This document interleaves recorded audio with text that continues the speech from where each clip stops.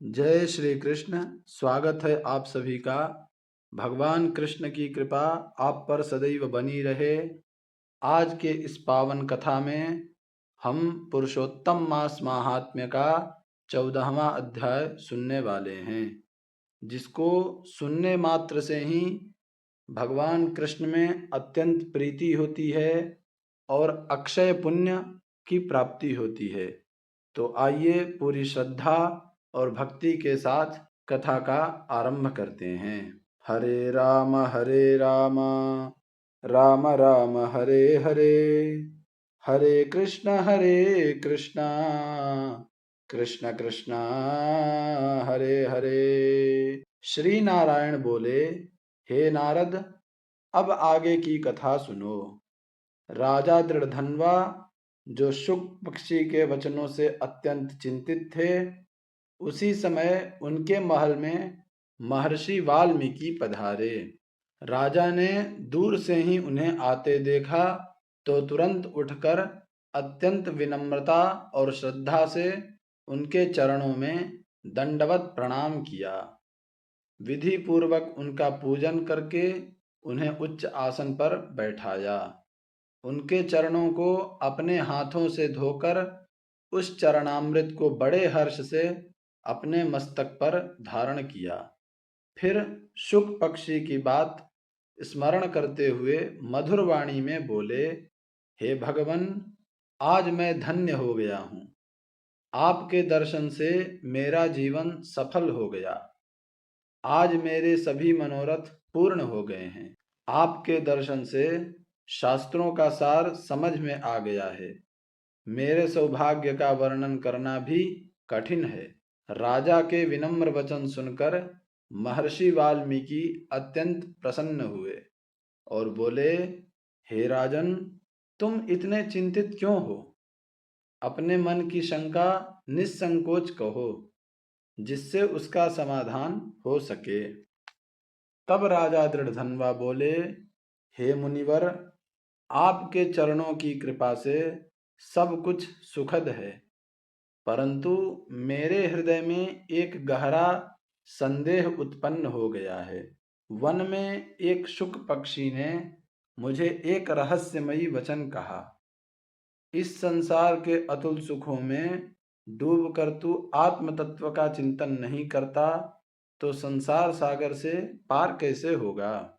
हे प्रभु, मैं उस वचन का अर्थ नहीं समझ पाया।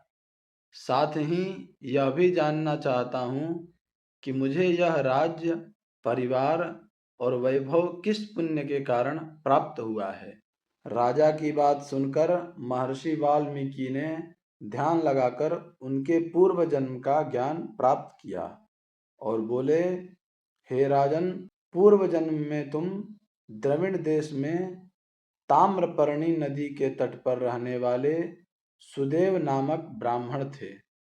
तुम धर्मपरायण, सत्यवादी और भगवान विष्णु के भक्त थे। तुम्हारी पत्नी गौतमी अत्यंत पतिव्रता और सेवा में तत्पर थी, किंतु तुम दोनों को संतान नहीं थी। इस कारण तुम अत्यंत दुखी रहते थे। एक दिन तुमने अपनी पत्नी से कहा, पुत्र के बिना जीवन व्यर्थ है।